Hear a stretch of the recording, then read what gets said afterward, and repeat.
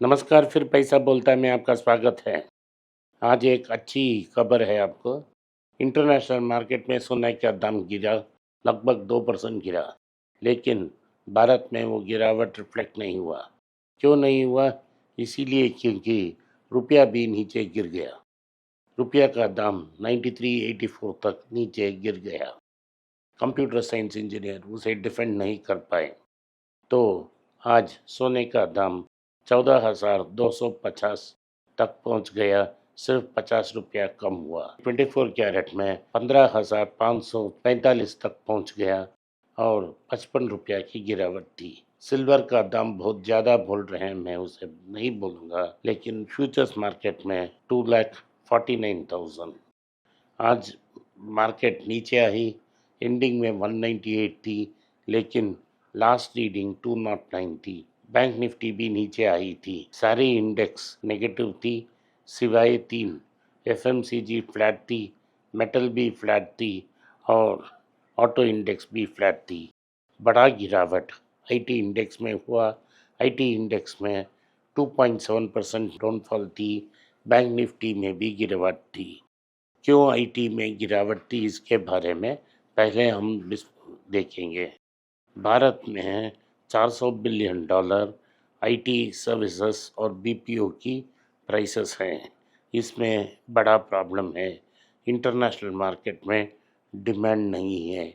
उसी समय एंथ्रोपी और क्लाउड को लॉन्च कर अनेक नए एआई की उपयोगों को डेमोन्स्ट्रेट कर रहा है। तो मार्केट को लगती है कि यह इसको बुरी तरह से पनिश करेगी। मेरा ओपिनियन ये है कि अगर ये भी आए भी तो लोग उसे यूज़ करने के काबिल नहीं होंगे। मेन इंडस्ट्री में उसको यूज़ करने के लिए हमारा इंजीनियर का इस्तेमाल होगा। लेकिन टीसीएस जैसे कंपनी में जहां आज 6 लाख लोग काम कर रहे हैं, वो काट कर 4 लाख तक हो जाएगा। इसीलिए भारत में कुछ अगले 10 साल के लिए आईटी इंडस्ट्री जारी रहेगी।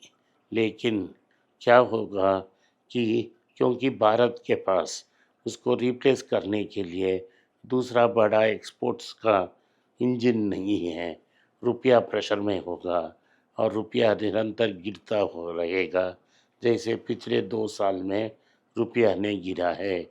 इससे कंपनी का प्रॉफिट्स बढ़ेगा, क्योंकि हियर लोकल सैलरी नहीं बढ़ेगी।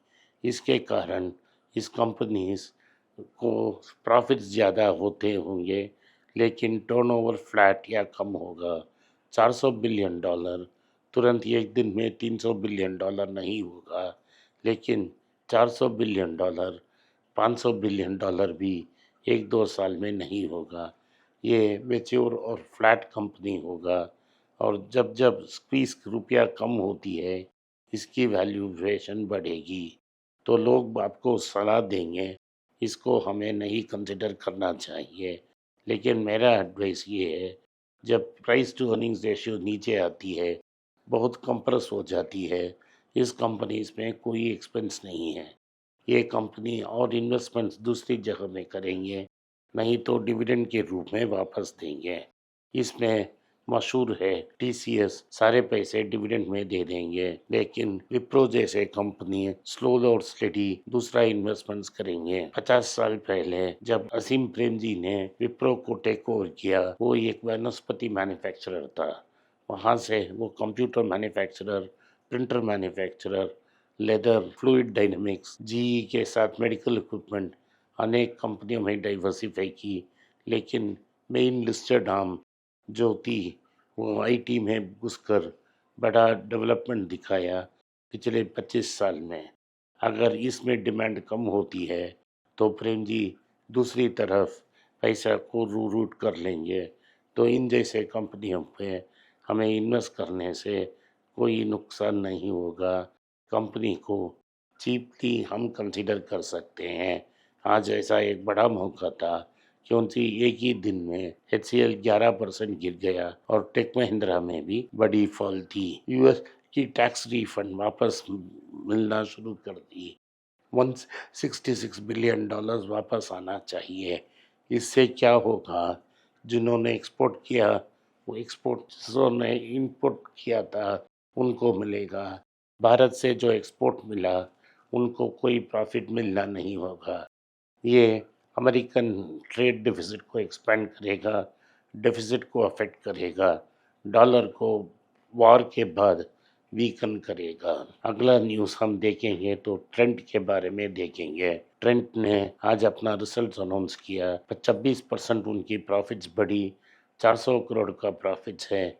नया एम्परर का कंपनी है, उन्होंने इस कंपनी को स्टार्ट किया और इसमें 6 रुपया का डिविडेंड दिया। लेकिन सबसे बड़ा अच्छा खबर ये है कि उन्होंने 1:2 बोनस दे दी। इसका मतलब है अगर आपके 2 शेयर्स हैं तो आपको 1 शेयर का डिविडेंड मिलेगा। लेकिन जो प्राइस 8,000 में था गिरकर 4,000 तक आ गया। अभी भी बहुत एक्सपेंसिव है, अभी भी हीरे का सुई है। इसे हमें कंसिडर नहीं करना चाहिए क्योंकि और गिर सकता है, आपको हर्ट भी कर सकती है। चाकू से अपना हाथ काटना मत। रिटेल इन्वेस्टर ने फिर से सेलिंग शुरू कर दी। सालों तक भारत की स्टॉक ऑब्जर्वर जैसे थी इन लोगों मार्केट में, लेकिन भारत में रोड्स बहुत खराब हैं, बहुत पॉटहोल्स हैं, इसीलिए गाड़ी को उसके अंदर ऊपर डालकर गाड़ी का शॉक ऑब्जर्वर टूट गया। तो रिटेल इन्वेस्टर्स ने 5,800 करोड़ आउटफ्लो देख रहे हैं। ये पहले बार है कि न्यूज़ आ रहा है कि रिटेल सपोर्ट मार्केट के लिए वीकन हो रहा है। ये लॉन्ग टर्म ट्रेंड है और ये मार्केट के लिए बुरा न्यूज़ है।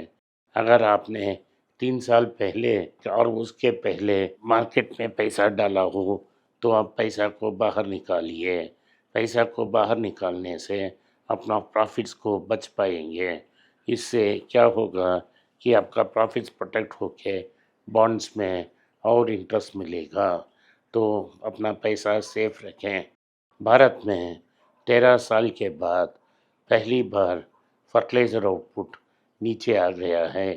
ये सप्लाई डिस्ट्रप्शन के कारण है। हमारा गवर्नमेंट को एलएनजी नहीं मिल रहा है और ये सिर्फ कतर में है। इसे नहीं मिलने से तो फर्टिलाइज़र का प्रोडक्शन कम हो गया है। जून में जैसा आप लोग जानते हैं खरीफ क्रॉप्स हैं और क्योंकि खरीफ क्रॉप्स हैं मानसून के समय फर्टिलाइज़र्स चाहिए। शॉर्टेज से क्या होगा, फूड का आउटपुट नीचे आएगा और दाम बढ़ जाएगा। इससे हमारा नुकसान होगा। पाम ऑयल का सप्लाई नीचे आ रहा है क्योंकि लोग उसे बायोडीजल के लिए कंज्यूम कर रहे हैं और भारत में आना कम हो गया है। लेकिन गरीब लोगों के लिए, मिडिल क्लास के लिए ये खाना पकाने का most important source of oil है और इसका भी अपना रुपया में इम्पैक्ट दिखेगा। तो इंडिया का मिनिस्टर ने कहा है कि भारत के लिए एक अनोखा आइडिया उन्होंने ढूंढ निकाला है, 100% एथनॉल ब्लेंडिंग। इससे क्या होगा, आपका गाड़ी का इंजन खराब हो जाएगा। आईडीएफसी फर्स्ट बैंक में एक और फ्रॉड केस आ गया है जिसमें 2.5 करोड़ का एलिगेशन है। क्या ये ट्रूथ है या फॉल्स है हमें देखकर ही लगा सकते हैं, लेकिन इसका इम्पैक्ट बहुत ज़्यादा नहीं होगा। टाटा इन्वेस्टमेंट की प्रॉफिट्स 70% ऊपर हो गई है और 3 रुपया 40 पैसा का डिविडेंड उन्होंने अनाउंस की है। इसके अंदर ट्रेंट का बड़ा स्टेक है। ट्रेंट का जो बोनस होगा इस कंपनी को भी बेनिफिट करेगा। टाटा स्टील एसएमएस ग्रुप से पार्टनरशिप करके लो कार्बन टेक ट्रांजिशन करा है। तंगमइल का सेल्स 76% ऊपर उठी है। इसका मुख्य कारण लोग बोल रहे हैं अक्षय तृतीया का डिमांड है, लेकिन वो बात नहीं है। बात यह है कि 1 साल पहले उन्होंने चेन्नई में एक्सपेंड किया और लगभग 6 या 10 शॉप तक खुल गए हैं और मार्केट को एक्सपेंड कर ली है। तो तंगमइल का डिमांड भी अच्छा होगा, स्टॉक भी पॉजिटिवली रिएक्ट होगी। टाइटन ने स्पोर्ट्स वॉच सेगमेंट में एंटर कर कर इसका नाम प्रीमियम 0 आवर लॉन्च। ये हाई मार्जिन प्रोडक्ट है। एप्पल को मी टू कॉपी करने की कोशिश हो रही है। आज के लिए इतना ही है। आपने इस पॉडकास्ट को देखा, इसके लिए मैं आपका आभारी हूँ। हो सके तो वीडियो को लाइक कीजिए, चैनल को सब्सक्राइब कीजिए और बेल नोटिफिकेशन दबाएं। इस वीडियो को अपने दोस्त और रिश्तेदार के पास भेजें और उन्हें देखने की आग्रह करें। नमस्कार, धन्यवाद, जय हिंद। अगर आप मुझसे संपर्क करना चाहते हैं, नीचे दिए गए ईमेल में मेल भेजें। मेरी टीम आपके साथ संपर्क करेगी और मदद भी करेगी।